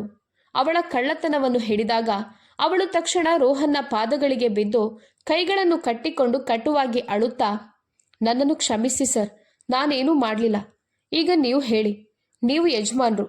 ನನ್ನಂಥ ಬಡವಳಿಗೆ ಹಣ ಬೇಕಾದರೆ ನಾನು ಎಲ್ಲಿಗೆ ಹೋಗಲಿ? ಇದನ್ನೆಲ್ಲ ಮಾಡಲು ನನ್ನನ್ನು ಒತ್ತಾಯಿಸಿದ್ದು ಮೋಹಿತ್ ಯಜಮಾನ್ರು. ಅವರು ಹುಚ್ಚ ಅಂತ ನಾನು ಭಾವಿಸಿದ್ದೆ. ಆದರೆ ಅವರು ಹೀಗೆ ವರ್ತಿಸುತ್ತಾ ನನಗೆ ಹಣ ಕೊಡ್ತಾರೆ ಮತ್ತು ನಾನು ಅದನ್ನು ಸದ್ದಿಲ್ಲದೆ ತೆಗೆದುಕೊಳ್ಳುತ್ತೇನೆ. ರೋಹನ್ ತನ್ನ ಕೋಪವನ್ನು ನಿಯಂತ್ರಿಸಿಕೊಂಡನು. ಇಲ್ಲದಿದ್ದರೆ ಅವನ ಹೃದಯವು ಈ ಮಹಿಳೆಯ ಮುಖವನ್ನು ಒಡೆದು ಹಾಕುವಂತೆ ಹೇಳುತ್ತಿತ್ತು. ಆಗ ರೋಹನ್, ಇಲ್ಲಿಂದ ಹೊರಟು ಹೋಗು ಮತ್ತು ಈ ಮನೆಯಲ್ಲಿ ನಿನ್ನನ್ನು ಮತ್ತೆ ಕಾಣಬಾರ್ದು ಅಂತ ಹೇಳಿದನು. ಅವಳು ತಕ್ಷಣ ಓಡಿ ಹೋದಳು. ರೋಹನ್ ಗಮನ ಈಗ ಗೋಡೆಯೊಳಗೆ ಸಂಪೂರ್ಣವಾಗಿ ಅಡಗಿಕೊಂಡಿದ್ದ ಮೋಹಿತ್ ಕಡೆಗೆ ತಿರುಗಿತು. ರೋಹನ್ ಅವನಿಗೆ ಏನೋ ಹೇಳಲು ಪ್ರಯತ್ನಿಸಿದ ತಕ್ಷಣ ಮುಂದಿನ ಕ್ಷಣ ಅವನು ಅಳಲು ಮತ್ತು ಕಿರುಚಲು ಪ್ರಾರಂಭಿಸಿದನು. ಅವನು ಅಳುತ್ತಾ, ಮಮ್ಮಿ ಮಮ್ಮಿ ದಯವಿಟ್ಟು ನನ್ನನ್ನು ಉಳಿಸಿ, ನೋಡು ರೋಹನಣ್ಣ ನನ್ನನ್ನು ಹೊಡೆಯುತ್ತಿದ್ದಾನೆ, ಮಮ್ಮಿ ದಯವಿಟ್ಟು ಬನ್ನಿ, ರೋಹನಣ್ಣ ನನ್ನನ್ನು ಕೊಲ್ಲುತ್ತಾನೆ, ಅವನು ನನ್ನನ್ನು ಕೊಲ್ಲುತ್ತಾನೆ, ನಾನೇನೂ ಮಾಡಲಿಲ್ಲ, ಅವನಿಗೆ ಹೇಳುವಂತ ಕಿರುಚುತ್ತಾ ಅವನ ಅಳುವುದನ್ನು ಮುಂದುವರಿಸಿದನು. ಮಗನ ಅಳು ಕೇಳಿ ಶಾಲಿನಿಯವರು ಕೂಡ ಎಚ್ಚರಗೊಂಡಿದ್ದರು. ರೋಹನ್ ಅವನನ್ನು ಗದರಿಸುವುದನ್ನು ನೋಡಿದ ತಕ್ಷಣ ಅವರು ಮೋಹಿತ್ನನ್ನು ತನ್ನ ಎದೆಗೆ ತಬ್ಬಿಕೊಂಡರು. ಏನಾಗಿದೆ ರೋಹನ್, ನೀನು ನಿನ್ನ ತಮ್ಮನಿಗೆ ಏನು ಹೇಳ್ತಿದ್ಯಾ? ಇವನು ನಾರ್ಮಲ್ ಆಗಿಲ್ಲ ಅಂತ ನಿನಗೆ ತಿಳಿದಿದೆ ತಾನೆ? ಅವನು ಮಾನಸಿಕವಾಗಿ ಅಸ್ಥಿರವಾಗಿದ್ದಾನೆ. ಅವನ ಮಾನಸಿಕ ಸ್ಥಿತಿ ಮಾತ್ರ ಅಲ್ಲ ಎಂದು ಗೊಣಗುತ್ತಾ, ಇಷ್ಟು ಬೆಳಿಗ್ಗೆ ಅವನು ಕೆಲಸದಾಕಿಯೊಂದಿಗೆ ಏನು ಮಾಡುತ್ತಿದ್ದಾನೆ ಅಂತ ಕೇಳಿ. ಅವನು ಅವಳೊಂದಿಗೆ ಮಾತನಾಡುತ್ತಿದ್ದ ರೀತಿ ನನಗೆ ಹೇಳಲು ನಾಚಿಕೆಯಾಗುತ್ತದೆ. ಮತ್ತು ಅವನು ನಿನ್ನ ಪರ್ಸ್ನಿಂದ ಹಣವನ್ನು ಕದ್ದು ಆ ಸೇವಕಿಯರಿಗೆ ಕೊಡುತ್ತಾನೆ. ಅವನ ತಾಯಿ ಮೋಹಿತ್ನನ್ನು ದಿಟ್ಟಿಸಿ ನೋಡಿದರು. ನಂತರ ಅವರು ಹೇಳಿದರು, ಇಲ್ಲ ಇಲ್ಲ ಮಗನೇ, ನೀನು ಹಾಗೆ ಹೇಗೆ ಹೇಳಬಲ್ಲೆ? ಈಗಿನ ಕಾಲದ ಕೆಲಸದವರು ತುಂಟರು ಮತ್ತು ಚಾಲಾಕಿಗಳು. ಅವರವನನ್ನು ಬಲೆಗೆ ಬೀಳಿಸಲು ಪ್ರಯತ್ನಿಸಿರಬೇಕು. ನೀನು ಚಿಂತಿಸಬೇಡ, ನಾನಿಂದು ಅವಳನ್ನು ಕೆಲಸದಿಂದ ತೆಗೆದು ನಂಬಿಕಸ್ಥ ಹುಡುಗಿಯನ್ನು ನೇಮಿಸಿಕೊಳ್ಳುತ್ತೇನೆ ಎಂದು ಅವರು ಮೋಹಿತ್ನನ್ನು ಕರೆದುಕೊಂಡು ಹೋಗಿದ್ದರು. ರೋಹನ್ ಇಡೀ ದಿನವನ್ನು ಕೆಲಸದಲ್ಲೇ ತೊಡಗಿಸಿಕೊಂಡನು. ಅವನು ಮೋಹಿತ್ನ ಕೃತ್ಯಗಳನ್ನು ಮತ್ತು ನಂತರ ಹಿಂದಿನ ರಾತ್ರಿ ವೈಷ್ಣವಿ ಮಾಡಿದ್ದನ್ನು ನೆನಪಿಸಿಕೊಳ್ಳುತ್ತಲೇ ಇದ್ದನು. ಅವನು ತನ್ನನ್ನೇ ತಾನೇ ಶಪಿಸಿಕೊಳ್ಳುತ್ತಾ, ವಾಹ್ ರೋಹನ್, ನಿನ್ನ ಜೀವನದಲ್ಲಿ ಮೊದಲ ಬಾರಿಗೆ ನಿನ್ನ ಹೆಂಡತಿಯಾದ ಮಹಿಳೆಯನ್ನು ನೀನು ಇಷ್ಟಪಟ್ಟೆ. ಅವಳೊಂದಿಗೆ ಜೀವನವನ್ನು ಸಂತೋಷದಿಂದ ಕಳೆಯಲು ಬಯಸಿದೆ. ಆದರೆ ಅದೃಷ್ಟವಂತರಿಗೆ ಮಾತ್ರ ಅಂತಹ ಸುಂದರ ಹೆಂಡತಿ ಸಿಗುತ್ತಾಳೆ. ಆದರೆ ಚಂದ್ರನ ಮೇಲೆ ಗ್ರಹಣ ಬರುವಂತೆ ನಿನ್ನ ಹೆಂಡತಿ ನಿನ್ನ ನಂಬಿಕೆಗೆ ದ್ರೋಹ ಬಗೆದಿದ್ದಾಳೆ. ಕೆಲಸ ಮುಗಿದ ನಂತರ ಅವನು ಮನೆಗೆ ಮರಳಿದನು. ಅವನು ಮನೆಗೆ ಕಾಲಿಡುತ್ತಿದ್ದಂತೆ ಅವನು ಮೊದಲು ನೋಡಿದ್ದು ವೈಷ್ಣವಿ ಅಡುಗೆ ಮನೆಯಿಂದ ಹೊರಬರುತ್ತಿದ್ದಳು. ಅವಳ ದುಪ್ಪಟ್ಟ ಸೊಂಟದ ಒಂದು ಬದಿಯಲ್ಲಿ ಕಟ್ಟಲಾಗಿತ್ತು. ಶಾಖದಿಂದ ಅವಳ ಮುಖ ಮತ್ತು ಕುತ್ತಿಗೆಯ ಮೇಲೆ ಬೆವರ ಹನಿಗಳು ಹೊಳೆಯುತ್ತಿದ್ದವು. ಅವಳು ತನ್ನ ಕೋಣೆಯ ಕಡೆಗೆ ನಡೆಯುತ್ತಿದ್ದಾಗ ತನ್ನ ದುಪ್ಪಟ್ಟಾದ ಮೂಲೆಯಿಂದ ಬೆವರು ಒರೆಸುತ್ತಿದ್ದಳು. ತನ್ನದೇ ಆದ ಆಲೋಚನೆಗಳಲ್ಲಿ ಕಳೆದು ಹೋಗಿದ್ದಳು. ರೋಹನ್ ಕಣ್ಣುಗಳು ಮೋಹಿತ್ ಮೇಲೆ ಬಿದ್ದಾಗ ಅವನ ಕಣ್ಣುಗಳಲ್ಲಿ ವಿಚಿತ್ರವಾದ ಹೊಳಪು. ಅವನು ಟಿವಿಯಲ್ಲಿ ಕಾರ್ಟೂನ್ ನೋಡುತ್ತಿದ್ದನು. ಆದರೆ ಅವನು ವೈಷ್ಣವಿಯನ್ನ ನೋಡುತ್ತಿದ್ದ ರೀತಿ ರೋಹನ್ನ ರಕ್ತ ಕುದಿಯುವಂತೆ ಮಾಡಿತು. ಅವನು ತಕ್ಷಣ ವೈಷ್ಣವಿಯನ್ನು ಜೋರಾಗಿ ಕರೆದನು. ವೈಷ್ಣವಿ ತಿರುಗಿ ಅವನತ್ತ ನೋಡಿದಳು ಮತ್ತು ತಕ್ಷಣ ತನ್ನ ದುಪ್ಪಟ್ಟವನ್ನು ಸರಿಪಡಿಸಿಕೊಂಡು ಅವನ ಬಳಿಗೆ ಬಂದಳು. ಅವನು, ಇದೇನು, ನೀನು ಹೀಗೆ ದುಪ್ಪಟ್ಟವನ್ನು ಸೊಂಟಕ್ಕೆ ಕಟ್ಟಿಕೊಂಡು ಓಡಾಡೋದನ್ನ ನಾನು ನೋಡಲು ಬಯಸೋದಿಲ್ಲ ಎಂದು ಹೇಳಿದನು. ರೋಹನ್ ತನ್ನ ಕೈಯನ್ನು ಚಾಚಿದ ತಕ್ಷಣ ವೈಷ್ಣವಿ ತಕ್ಷಣ ದುಪ್ಪಟ್ಟವನ್ನು ತನ್ನ ಎದೆಯ ಮೇಲೆ ಎಳೆದುಕೊಂಡಳು. ಇದನ್ನ ಕೇಳಿ ದುಪ್ಪಟ್ಟ ಇಲ್ಲದ ಮನೆಯಲ್ಲಿ ಓಡಾಡುತ್ತಿದ್ದ ಶಾಲಿನಿ ಅವರು ಮರುಕ್ಷಣವೇ ನಕ್ಕರು. ಆ ವಯಸ್ಸಲ್ಲೂ ಅವರು ಸಡಿಲವಾದ ಕುರ್ತಿ ಮತ್ತು ಪ್ಯಾಂಟ್ ಧರಿಸಿದ್ದರು. ನಗುತ್ತಾ ಅವರು ರೋಹನ್ ಬಳಿಗೆ ನಡೆದು, ಏನಾಯ್ತು ರೋಹನ್, ನೀನು ನಿನ್ನ ಹೆಂಡತಿಯ ಮೇಲೆ ಹಳೆಯ ಕಾಲದ ಪುರುಷನಂತೆ ನಿರ್ಬಂಧಗಳನ್ನು ಹೇರಲು ಯಾವಾಗಿನಿಂದ ಪ್ರಾರಂಭಿಸಿದ್ಯಾ ಎಂದು ಕೇಳಿದರು. ರೋಹನ್ ಮೋಹಿತ್ನತ್ತ ತೀಕ್ಷ್ಣವಾದ ನೋಟ ಬೀರಿದನು. ನಂತರ ಅವನಿಗೆ ಹೇಳಿ ಅವನ ನೋಟವನ್ನು ಸರಿಪಡಿಸೋದಕ್ಕೆ, ಇಲ್ಲದಿದ್ರೆ ನನ್ನ 2 ಏಟಿನಿಂದ ಇವನ ಬುದ್ಧಿ ನೆಟ್ಟಗಾಗುತ್ತೆ ಎಂದು ಹೇಳಿದನು. ಶಾಲಿನಿಯವರ ಮುಖ ಆಘಾತಕ್ಕೊಳಗಾಯಿತು. ಮೋಹಿತ್ ತಕ್ಷಣ ತನ್ನ ಕೋಣೆಗೆ ಓಡಿದನು. ಲಾಂಜ್ನಲ್ಲಿ ಕುಳಿತು ರೋಹನ್ ಶಾಲಿನಿಯೊಂದಿಗೆ ಸ್ವಲ್ಪ ಹೊತ್ತು ಮಾತನಾಡುತ್ತಿದ್ದನು. ಶಾಲಿನಿಯವರು ಅವನ ಮುಂದೆ ಹಲವಾರು ಹುಡುಗಿಯರ ಚಿತ್ರಗಳನ್ನು ಇಡುತ್ತಿದ್ದರು. ಅವರು, ಹೇಳು ಮಗನೇ, ಈ ಹುಡುಗಿಯರಲ್ಲಿ ನಿನಗೆ ಯಾರು ಇಷ್ಟ ಆದ್ರು?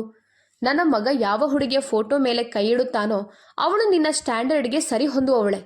ನಾನು ಅವಳನ್ನು ನಿನ್ನೊಂದಿಗೆ ಮದುವೆ ಮಾಡುತ್ತೇನೆ. ಆದರೆ ಅವನು ಮೌನವಾಗಿ ಫೋಟೋಗಳನ್ನು ನೋಡುತ್ತಲೇ ಇದ್ದನು. ನಂತರ ಅವನು, ಈ ಬಗ್ಗೆ ನಾನೀಗ ನಿಮಗೆ ಏನೂ ಹೇಳಲಾರೆ. ನನಗೆ ತುಂಬ ಸುಸ್ತಾಗಿದೆ. ನನಗೆ ಮಾನಸಿಕವಾಗಿ ತೊಂದರೆಯಾಗಿದೆ.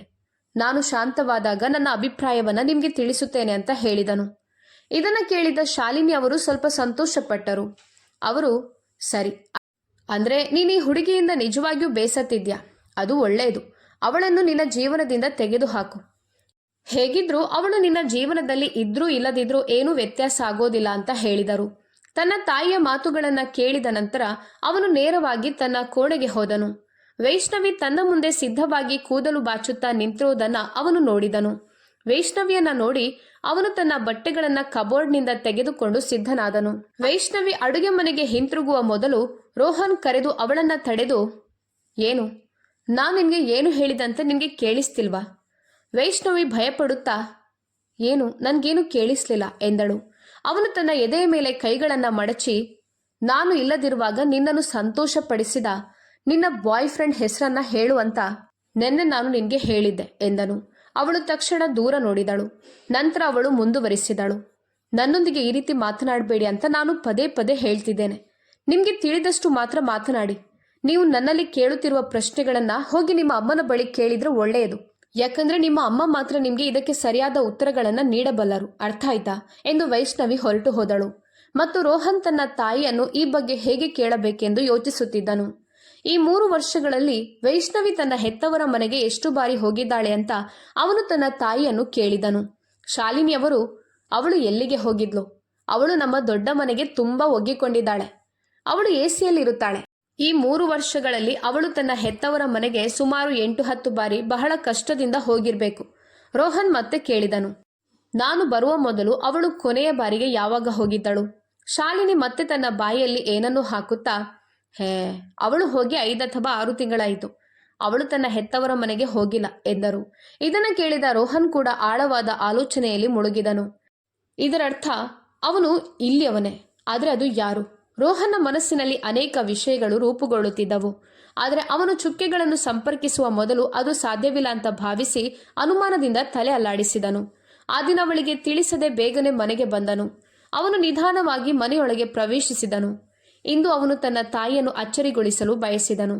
ಬಹುಶಃ ಅವರು ಅಡುಗೆ ಮನೆಯಲ್ಲಿರಬಹುದು ಅಂತ ಅವನು ನಿಶ್ಶಬ್ದ ಹೆಜ್ಜೆಗಳೊಂದಿಗೆ ಅಡುಗೆ ಮನೆಯ ಬಾಗಿಲನ್ನು ತಲುಪಿದಾಗ ಒಳಗಿನಿಂದ ವೈಷ್ಣವಿಯ ಅಳುವ ಧ್ವನಿ ಕೇಳಿಸಿತು. ವೈಷ್ಣವಿ ಅಳುತ್ತಿದ್ದಳು. ಅವಳ ಧ್ವನಿಯನ್ನ ಕೇಳಿ ರೋಹನ್ ತನ್ನ ಹಾದಿಯಲ್ಲಿ ನಿಂತನು. ಮುಂದಿನ ಕ್ಷಣ ಒಂದು ಧ್ವನಿ ಪ್ರತಿಧ್ವನಿಸಿತು. ಬಾಸ್ಟರ್ಡ್, ನೀನು ರೋಹನ್ಗೆ ಏನ್ ಹೇಳಿದ್ಯಾ? ಅವನು ನಿನ್ನೆ ನನ್ನಿಂದ ಎಲ್ಲವನ್ನು ಯಾಕೆ ಕೇಳ್ತಿದ್ದ ಅಂತ ಹೇಳು. ನಾನು ನಿನ್ಗೆ ಹಲವು ಬಾರಿ ಹೇಳಿದ್ದೇನೆ, ರೋಹನ್ನ ಕೋಣೆಗೆ ಹೋಗ್ಬೇಡ, ಏನಾದರೂ ನಾಟಕ ಮಾಡು, ಆದರೆ ರೋಹನ್ನ ಕೋಣೆಯಲ್ಲಿ ಇರಬೇಡ ಅಂತ. ನಿನಗಾಗಿ ಕೋಣೆಯನ್ನ ಖಾಲಿ ಮಾಡಿಸಿದ್ದೇನೆ, ನೀನಲ್ಲಿ ಯಾಕೆ ಇರಬಾರ್ದು? ರೋಹನ್ ಪದೇ ಪದೇ ತನಿಖಾ ರೀತಿಯಲ್ಲಿ ನನ್ನ ಪ್ರಶ್ನಿಸ್ತಾನಂದ್ರೆ ನೀನೇನೋ ಹೇಳಿದ್ಯಾ? ವೈಷ್ಣವಿಯ ಧ್ವನಿ ಕಣ್ಣೀರಿನ ಮೂಲಕ ಪ್ರತಿಧ್ವನಿಸಿತು. ನಾನವರಿಗೆ ಏನನ್ನೂ ಹೇಳಲಿಲ್ಲ. ನನ್ನನ್ನು ಬಿಡಿ, ನನಗೆ ನೋವಾಗ್ತಿದೆ. ನೀವೀಗ ನನ್ನನ್ನು ಕೊಲ್ಲಲು ಬಯಸಿದ್ದೀರಾ? ಅವಳು ಶಾಲಿನಿಯಿಂದ ತನ್ನ ಕುತ್ತಿಗೆಯನ್ನು ಬಿಡಿಸಲು ಪ್ರಯತ್ನಿಸುತ್ತಿದ್ದಳು. ಆದರೆ ಮರುಕ್ಷಣವೇ ಶಾಲಿನಿ ಬಿಸಿ ಇಕ್ಕಳಗಳನ್ನು ಎತ್ತಿಕೊಂಡು ಅವಳ ಕೈ ಮೇಲೆ ಇಟ್ಟರು. ಶಾಲಿನಿಯ ಕೃತ್ಯಕ್ಕೆ ಅವಳು ನೋವಿನಿಂದ ಕಿರುಚಿದಳು. ರೋಹನ್ ಅವಳ ಕಿರುಚಾಟವನ್ನು ಸಹಿಸಲಾರದೆ ಅಡುಗೆ ಮನೆಗೆ ಹೋದನು. ಅವನು, ಅಮ್ಮ, ನೀನೇನ್ ಮಾಡ್ತಿದ್ಯಾ ಎಂದನು. ವೈಷ್ಣವಿ ರೋಹನ್ನನ್ನು ನೋಡಿದ ತಕ್ಷಣ ಶಾಲಿನಿಯ ಹಿಡಿತದಿಂದ ತನ್ನನ್ನು ತಾನು ಬಿಡಿಸಿಕೊಂಡು ಅವನ ಹಿಂದೆ ಅಡಗಿಕೊಂಡಳು. ಅಳುತ್ತಾ ಮತ್ತು ಕೈಯನ್ನು ಊದುತ್ತಾ ಅವಳವನಿಗೆ ಅಂಟಿಕೊಂಡಳು. ಶಾಲಿನಿಯ ಮುಖವು ಬಿಳಿಚಿಕೊಂಡಿತು. ಅವಳು, ರೋಹನ್ ಮಗನೇ, ಇವಳನ್ನ ಮರೆತು ಬಿಡು. ಇದು ನಮ್ಮ ಮಹಿಳೆಯರ ನಡುವಿನ ವಿಷಯ. ಈ ಹುಡುಗಿಯನ್ನು ಹೇಗೆ ಎದುರಿಸಬೇಕು ಅಂತ ಹೇಳು, ನಾನದನ್ನು ನೋಡಿಕೊಳ್ಳುತ್ತೇನೆ. ಅಮ್ಮ, ನೀವಿಲ್ಲಿ ಏನ್ ಮಾತನಾಡ್ತಿದ್ರಿ ಅಂತ ಹೇಳಿ ಎಂದು ರೋಹನ್ ಕೇಳಿದನು. ಆದರೆ ಶಾಲಿನಿ ಅವರು, ಅವಳು ಸಾಂಬಾರ್ಗೆ ತುಂಬಾ ಉಪ್ಪು ಹಾಕ್ಬಿಟ್ಟಿದ್ದಾಳೆ, ಮಸಾಲೆಗಳನ್ನು ಹೇಗೆ ಸೇರಿಸಬೇಕು ಅಂತ ನಾನು ಅವಳಿಗೆ ವಿವರಿಸ್ತಿದ್ದೆ. ನೀನಿದನ್ನು ಬಿಡು, ನೀನು ಇದರ ಬಗ್ಗೆ ಗಮನ ಕೊಡಬೇಡ. ಆದರೆ ಅವನು ಈಗಾಗಲೇ ವೈಷ್ಣವಿಯನ್ನು ತನ್ನ ಹಿಂದೆ ಮರೆಮಾಡಿ ತನ್ನ ಕೈಯನ್ನು ಚಾಚಿದ್ದನು. ಅವನು ಹೇಳಿದನು, ಅಮ್ಮ, ನಾನೆಲ್ಲವನ್ನೂ ಕೇಳಿಸಿಕೊಂಡೆ. ಅದೇನು, ನೀವು ಅವಳನ್ನು ಯಾವ ರಹಸ್ಯವನ್ನು ಮರೆಮಾಡಲು ಕೇಳುತ್ತಿದ್ದೀರಿ? ನನಗೆ ಸತ್ಯ ಹೇಳಿ, ನನ್ನ ಮೇಲಾಣೆ. ವೈಷ್ಣವಿ, ನನಗೆ ಹೇಳು, ನೀನು ಯಾರಿಗೂ ಹೆದರುವ ಅಗತ್ಯ ಇಲ್ಲ. ಸತ್ಯವನ್ನ ಹೇಳು, ಪ್ರತಿಯೊಂದು ಮಾತನ್ನು ಈಗಲೇ ಹೇಳು. ಇಲ್ಲದಿದ್ರೆ ನಾನು ನಿನ್ನ ಮೇಲೆ ಕುದಿಯುವ ಬಿಸಿ ನೀರನ್ನು ಸುರಿಯುತ್ತೇನೆ. ರೋಹನ್ ಮಾತನಾಡಿದ ರೀತಿಯಿಂದ ವೈಷ್ಣವಿ ಭಯಭೀತಳಾದಳು. ಅವಳು ತಕ್ಷಣ ಸತ್ಯವನ್ನ ಹೊರಹಾಕಿದಳು. 3 ವರ್ಷಗಳ ಹಿಂದೆ ನಡೆದದ್ದೆಲ್ಲವೂ ತೆರೆದ ಪುಸ್ತಕದಂತೆ ಇತ್ತು. ಅವಳು ರೋಹನ್ಗೆ ಎಲ್ಲವನ್ನೂ ಹೇಳುತ್ತಾ ಅಳುತ್ತಿದ್ದಳು. ನೀವು ನನ್ನನ್ನು ಬಿಟ್ಟು ಹೋದಾಗ ನಾನು ನಿಮ್ಮ ಕೋಣೆಯಲ್ಲಿ ಅಳುತ್ತಿದ್ದೆ. ನಾನು ಮಲಗಿದ್ದಾಗ ಇದ್ದಕ್ಕಿದ್ದಂತೆ ಕೋಣೆ ಕತ್ತಲಾಯಿತು. ನಂತರ ಕೋಣೆಯಲ್ಲಿ ಯಾರೂ ಇರುವಂತೆ ನನಗೆ ಅನಿಸತೊಡಗಿತು. ನೀವು ಅಲ್ಲಿದ್ದೀರಾ ಅಂತ ನಾನು ಭಾವಿಸಿದೆ. ಆದರೆ ನಾನು ತಪ್ಪಾಗಿ ಭಾವಿಸಿದೆ. ಯಾರೋ ಕೋಣೆಗೆ ಬಂದು ನಿಧಾನವಾಗಿ ನನ್ನ ಬಳಿಗೆ ಬಂದು ನನ್ನೊಂದಿಗೆ ಅನುಚಿತವಾಗಿ ವರ್ತಿಸಲು ಪ್ರಾರಂಭಿಸಿದ್ರು. ವೈಷ್ಣವಿ ಅಳುತ್ತಾ ಮುಂದುವರಿಸಿದಳು. ಆ ರಾತ್ರಿ ಮೋಹಿತ್ ತನ್ನ ಅತ್ತಿಗೆಯ ಕೋಣೆಗೆ ಪ್ರವೇಶಿಸಲು ಅವಕಾಶವನ್ನು ಪಡೆದುಕೊಂಡಿದ್ದ. ಸ್ವಲ್ಪ ಸಮಯದ ಮೊದಲು ಅವನು ಒಬ್ಬಂಟಿಯಾಗಿ ಕುಳಿತು ಒಂದು ಚಲನಚಿತ್ರವನ್ನು ನೋಡಿದ್ದನು. ಅದರಲ್ಲಿ ಅವನು ವಧುವರರು ತಮ್ಮ ಮದುವೆಯ ದಿನದಂದು ಮಾಡಿದ ಎಲ್ಲವನ್ನೂ ನೋಡಿದ್ದನು. ಅಲ್ಲಿ ಕುಳಿತುಕೊಂಡು ತನ್ನೊಳಗೆ ಯೋಚಿಸುತ್ತಾ, ನನ್ನ ಅಣ್ಣ ಹೊಸ ವಧುವನ್ನ ತೊರೆದಿದ್ದಾನೆ. ಈಗ ನಾನು ನನ್ನ ಅತ್ತಿಗೆಯೊಂದಿಗೆ ಇದನ್ನೆಲ್ಲ ಅನುಭವಿಸಬೇಕು ಅಂತ ಹೇಳಿದನು. ಅವನು ನೇರವಾಗಿ ತನ್ನ ಅತ್ತಿಗೆಯ ಕೋಣೆಗೆ ಹೋದನು. ಅವನು ಕೋಣೆಯನ್ನು ಕತ್ತಲಗೊಳಿಸಿ ಬಲವಂತವಾಗಿ ಅವಳ ಮೇಲೆ ಅತ್ಯಾಚಾರ ಮಾಡಿದನು. ಮೋಹಿತ್ ಹತ್ತಿರದಲ್ಲಿ ಮಲಗಿರೋದನ್ನ ನೋಡಿ ಅವಳು ಕಿರುಚುತ್ತಾ ರೋಹನ್ಗಾಗಿ ಕರೆಯಲು ಪ್ರಾರಂಭಿಸಿದಳು. ಶಬ್ದ ಕೇಳಿ ಶಾಲಿನಿಯವರು ಕೋಣೆಗೆ ಬಂದರು. ಮೋಹಿತ್ ಅಲ್ಲಿ ಮಲಗಿರುವುದನ್ನ ಮತ್ತು ವೈಷ್ಣವಿ ಅಳುತ್ತಾ ಎಲ್ಲವನ್ನ ಹೇಳೋದನ್ನ ನೋಡಿ ಶಾಲಿನಿ ಶಾಕ್ ಆದರು. ಆದ್ರೆ ಅವರು ವೈಷ್ಣವಿಯನ್ನು ಗದರಿಸುತ್ತಾ, ಬಾಯಿ ಮುಚ್ಚು, ಹೆಚ್ಚು ಗಲಾಟೆ ಮಾಡಬೇಡ, ನನ್ನ ಗೌರವ ಹಾಳು ಮಾಡ್ತೀಯಾ? ಏನೇ ಆದ್ರೂ ಎಲ್ಲವೂ ಮುಗಿದು ಹೋಯ್ತಲ್ವಾ, ಇನ್ನು ಯಾರಿಗೂ ಇದನ್ನ ಹೇಳ್ಬೇಡ, ಇಲ್ಲದಿದ್ರೆ ನಿನ್ನ ಕೂದಲನ್ನ ಹಿಡಿದು ಮನೆಯಿಂದ ಹೊರಗೆ ಎಳೆದುಕೊಂಡು ಹೋಗುತ್ತೇನೆ. ನೀನು ಭಿಕ್ಷೆ ಬೇಡಲು ಸಹ ಸಾಧ್ಯವಾಗೋದಿಲ್ಲ. ತನ್ನ ಹಳ್ಳಿಯಿಂದ ಮೈಲುಗಳಷ್ಟು ದೂರದಲ್ಲಿರುವ ಅವಳಿಗೆ ಹಿಂತಿರುಗುವುದು ಹೇಗಂತ ತಿಳಿದಿರಲಿಲ್ಲ. ಭಯಭೀತಳಾಗಿ ಮತ್ತು ಅಸಹಾಯಕಳಾಗಿ ಅವಳು ಈ ಮನೆಯಲ್ಲೇ ಇದ್ದಳು. ಮೋಹಿತ್ನಿಂದ ತನ್ನನ್ನು ತಾನು ರಕ್ಷಿಸಿಕೊಳ್ಳಲು ಅವಳು ತನ್ನ ಕೈಲಾದಷ್ಟು ಪ್ರಯತ್ನಿಸಿದಳು. ಆದರೆ ಅವಕಾಶ ಸಿಕ್ಕಾಗ್ಲೆಲ್ಲ ಅವನವಳ ಮಾನವನ್ನು ಹರಿದು ಹಾಕುತ್ತಿದ್ದನು ಮತ್ತು ಶಾಲಿನಿ ಅವನನ್ನ ಸಂಪೂರ್ಣವಾಗಿ ಬೆಂಬಲಿಸಿದರು. ಯಾಕಂದ್ರೆ ರೋಹನ್ ಈ ಹುಡುಗಿಯನ್ನ ಎಂದಿಗೂ ಸ್ವೀಕರಿಸುವುದಿಲ್ಲ ಅಂತ ಅವರು ಆಶಿಸಿದ್ದರು ಮತ್ತು ಈ ಹುಡುಗಿ ತಮ್ಮ ಪ್ರೀತಿಯ ಮಗನಿಗೆ ಯಾವುದೇ ಪ್ರಯೋಜನವಾಗಲಿಲ್ಲ. ವೈಷ್ಣವಿ ಕಣ್ಣೀರಿನಿಂದ ಎಲ್ಲವನ್ನು ವಿವರಿಸುತ್ತಿದ್ದಂತೆ ಶಾಲಿನಿಯವರು ಅವನ ನೋಟವನ್ನ ತಪ್ಪಿಸಿದರು. ರೋಹನ್ ಇಡೀ ಮನೆಯನ್ನ ನಾಶ ಮಾಡೋದನ್ನ ಸಹಿಸಲಾಗಲಿಲ್ಲ. ಆ ಕ್ಷಣದಲ್ಲಿ ತನ್ನ ಕಿರಿಯ ಸಹೋದರ ಮೋಹಿತ್ನಿಂದ ಕ್ರೂರವಾಗಿ ಮತ್ತು ನಿರ್ದಯವಾಗಿ ನಿಂದಿಸಲ್ಪಟ್ಟ ವೈಷ್ಣವಿಯ ಬಗ್ಗೆ ಅವನಿಗೆ ಕರುಣೆ ಉಂಟಾಯಿತು. ಮೋಹಿತ್ ಎಲ್ಲಾ ಮಿತಿಗಳನ್ನ ಮೀರಿದ್ದನು. ರೋಹನ್ ಮೊದಲಿನಿಂದಲೂ ಅವನ ವರ್ತನೆಗಳನ್ನ ಇಷ್ಟಪಡುತ್ತಿರಲಿಲ್ಲ. ಆದರೆ ಈಗ ಅವನ ಕಡೆಗೆ ದ್ವೇಷದ ಭಾವನೆಗಳನ್ನ ಹುಟ್ಟುಹಾಕಿದನು. ಅವನು ವೈಷ್ಣವಿಯ ಕೈ ಹಿಡಿದು, ಅಮ್ಮ, ನೀನಿಷ್ಟು ತಪ್ಪು ಮಾಡಬಲ್ಲೆ ಅಂತ ನಾನು ಊಹಿಸಲು ಸಾಧ್ಯ ಇಲ್ಲ. ನಿನ್ಗೆ ಸ್ವಲ್ಪನೂ ನಾಚಿಕೆ ಇಲ್ಲ. ನಿನ್ನ ಸ್ವಂತ ಮಗನ ಹೆಂಡತಿಯನ್ನೇ ಶೋಷಿಸಿ ನಿನ್ನ ಬುದ್ಧಿಹೀನ ಮಗನನ್ನ ಖುಷಿಪಡಿಸ್ತಿದ್ಯಾ? ಇದೆಲ್ಲ ತಿಳಿದ್ಮೇಲೂ ನಾನಿವಳನ್ನ ಬಿಟ್ಟು ಹೋಗುತ್ತೇನೆ ಅಂತ ನೀನು ಭಾವಿಸಿದ್ಯಾ? ಇಲ್ಲ, ನಾನು ನಿನ್ನನ್ನು ಎಂದಿಗೂ ಕ್ಷಮಿಸೋದಿಲ್ಲ ಮತ್ತು ಆ ಹುಚ್ಚನ ಜೊತೆ ಬದುಕಲು ನನಗೆ ಇಷ್ಟ ಇಲ್ಲ. ತನ್ನ ಎಲ್ಲ ವಸ್ತುಗಳನ್ನು ಪ್ಯಾಕ್ ಮಾಡಿ ವೈಷ್ಣವಿಯನ್ನು ತನ್ನೊಂದಿಗೆ ಕರೆದುಕೊಂಡು ಮನೆಯಿಂದ ಹೊರಡಲು ಪ್ರಾರಂಭಿಸಿದನು. ಶಾಲಿನಿಯವರು ಅಳುತ್ತಿದ್ದರು. ಅವರು ತನ್ನ ಮಗನೊಂದಿಗೆ ಕ್ಷಮೆ ಯಾಚಿಸುತ್ತಿದ್ದರು. ಆದರೆ ಇದನ್ನೆಲ್ಲ ಮರೆಯುವುದು ಅವನಿಗೆ ಸುಲಭವಾಗಲಿಲ್ಲ. ಅವನು ತನ್ನ ಫ್ಲ್ಯಾಟ್ಗೆ ಹಿಂತಿರುಗಿದನು. ಕೆಲವು ದಿನಗಳ ನಂತರ ಅವನು ಮತ್ತೆ ದುಬೈಗೆ ಟಿಕೆಟ್ ಬುಕ್ ಮಾಡಿ ಅಲ್ಲಿಗೆ ಹೋದನು. ವೈಷ್ಣವಿಯನ್ನು ಶಾಶ್ವತವಾಗಿ ತನ್ನೊಂದಿಗೆ ಕರೆದುಕೊಂಡು ಹೋದನು. ಕೆಲವೇ ದಿನಗಳಲ್ಲಿ ಅವರು ಪರಸ್ಪರ ಅರ್ಥ ಮಾಡಿಕೊಳ್ಳಲು ಪ್ರಾರಂಭಿಸಿದರು. ಕ್ರಮೇಣ ಹಿಂದಿನದ್ದನ್ನ ದುಸ್ವಪ್ನವೆಂದು ತಿರಸ್ಕರಿಸಿ ಅವರು ಮುಂದೆ ಸಾಗಲು ಪ್ರಾರಂಭಿಸಿದರು. ರೋಹನ್ ತನ್ನ ಹೃದಯದಲ್ಲಿ ತನ್ನ ಹಿಂದಿನ ಸ್ಥಾನವನ್ನು ಮರಳಿ ಪಡೆದಿದ್ದನು. ವೈಷ್ಣವಿ ಕೂಡ ಹಿಂದಿನದ್ದನ್ನೆಲ್ಲ ಮರೆತು ಮುಂದೆ ಸಾಗಲು ಪ್ರಾರಂಭಿಸಿದಳು. ಆ ಸಂಜೆ ರೋಹನ್ ಕೆಲಸದಿಂದ ಮನೆಗೆ ಮರಳುತ್ತಿದ್ದಾಗ ವೈಷ್ಣವಿಗೆ ಪ್ರೀತಿಯಿಂದ ಮೆಸೇಜ್ ಕಳುಹಿಸಿದನು. ನನ್ನ ಪ್ರೀತಿಯ ಮುದ್ದು ಹೆಂಡತಿ, ಇಂದು ಕೆಂಪು ನೈಟಿ ಧರಿಸಿ ರೆಡಿಯಾಗಿರು. ನಾನು ಇಂದು ರಾತ್ರಿ ನಿನ್ನೊಂದಿಗೆ ಸ್ವಲ್ಪ ಪ್ರೀತಿಯನ್ನು ಕಳೆಯಲು ಬಯಸುತ್ತೇನೆ. ಇದನ್ನು ಕೇಳಿ ಅವಳ ಮುಖ ಕೆಂಪಗಾಗಿ, ಬೇಗ ಬನ್ನಿ, ನಾನು ಕೂಡ ನಿಮ್ಗಾಗಿ ಅಸಹನೆಯಿಂದ ಕಾಯುತ್ತಿದ್ದೇನೆ ಎಂದು ಹೇಳಿ ಫೋನ್ ಕಟ್ ಮಾಡಿದಳು. ಇದನ್ನು ಕೇಳಿ ಅವನಿಗೆ ತನ್ನನ್ನು ಕಂಟ್ರೋಲ್ ಮಾಡಿಕೊಳ್ಳಲಾಗಲಿಲ್ಲ. ಅವನು ಆಲ್ಮೋಸ್ಟ್ ಹಾರಿಕೊಂಡು ಬಂದಂತೆಯೇ ಬಂದನು. ರೋಹನ್ ತನ್ನ ಮನೆಗೆ ಕಾಲಿಟ್ಟಾಗ ಅವನ ಹೆಂಡತಿ ವೈಷ್ಣವಿ ಅವನನ್ನ ತುಂಬಾ ಮುಕ್ತವಾಗಿ ಸ್ವಾಗತಿಸಿದಳು. ಅವನ ಎಲ್ಲ ಆಯಾಸವು ಕೆಲವೇ ನಿಮಿಷಗಳಲ್ಲಿ ಮಾಯವಾಯಿತು. ಅವನು ಕೈಚಾಚಿ ತನ್ನ ಹೆಂಡತಿಯನ್ನ ಅಪ್ಪಿಕೊಂಡು ತನ್ನ ಪ್ರೀತಿಯನ್ನು ಪ್ರದರ್ಶಿಸಿ ಅವಳನ್ನು ತನ್ನ ಕೋಣೆಯ ಕಡೆಗೆ ಕರೆದೊಯ್ಯಲು ಪ್ರಾರಂಭಿಸಿದನು. ಅವರ ಪ್ರೀತಿಯ ಧ್ವನಿಗಳು ಕೋಣೆಯಾದ್ಯಂತ ಪ್ರತಿಧ್ವನಿಸಿದವು. ವಾತಾವರಣವನ್ನು ಇನ್ನಷ್ಟು ಸುಂದರಗೊಳಿಸಿದವು. ಸ್ನೇಹಿತರೆ, ನೀವು ನಮ್ಮ ಕಥೆಯನ್ನ ಆನಂದಿಸಿದ್ದೀರಿ ಅಂತ ನಾವು ಭಾವಿಸುತ್ತೇವೆ. ನೀವು ಇಷ್ಟಪಟ್ಟಿದ್ರೆ ದಯವಿಟ್ಟು ವಿಡಿಯೋವನ್ನು ಲೈಕ್ ಮಾಡಿ, ಹೈಪ್ ಮಾಡಿ, ಪಾಯಿಂಟ್ಸ್ ನೀಡಿ. ನೀವು ಚಾನಲ್ಗೆ ಹೊಸಬರಾಗಿದ್ದರೆ ದಯವಿಟ್ಟು ಚಂದಾದಾರರಾಗಿ ಮತ್ತು ನಿಮ್ಮ ಅನಿಸಿಕೆ ಅಭಿಪ್ರಾಯಗಳನ್ನು ಕಾಮೆಂಟ್ ಮೂಲಕ ನಮಗೆ ತಿಳಿಸಿ. ಕಥೆಯನ್ನು ಪೂರ್ತಿಯಾಗಿ ವೀಕ್ಷಿಸಿದ್ದಕ್ಕಾಗಿ ಧನ್ಯವಾದಗಳು.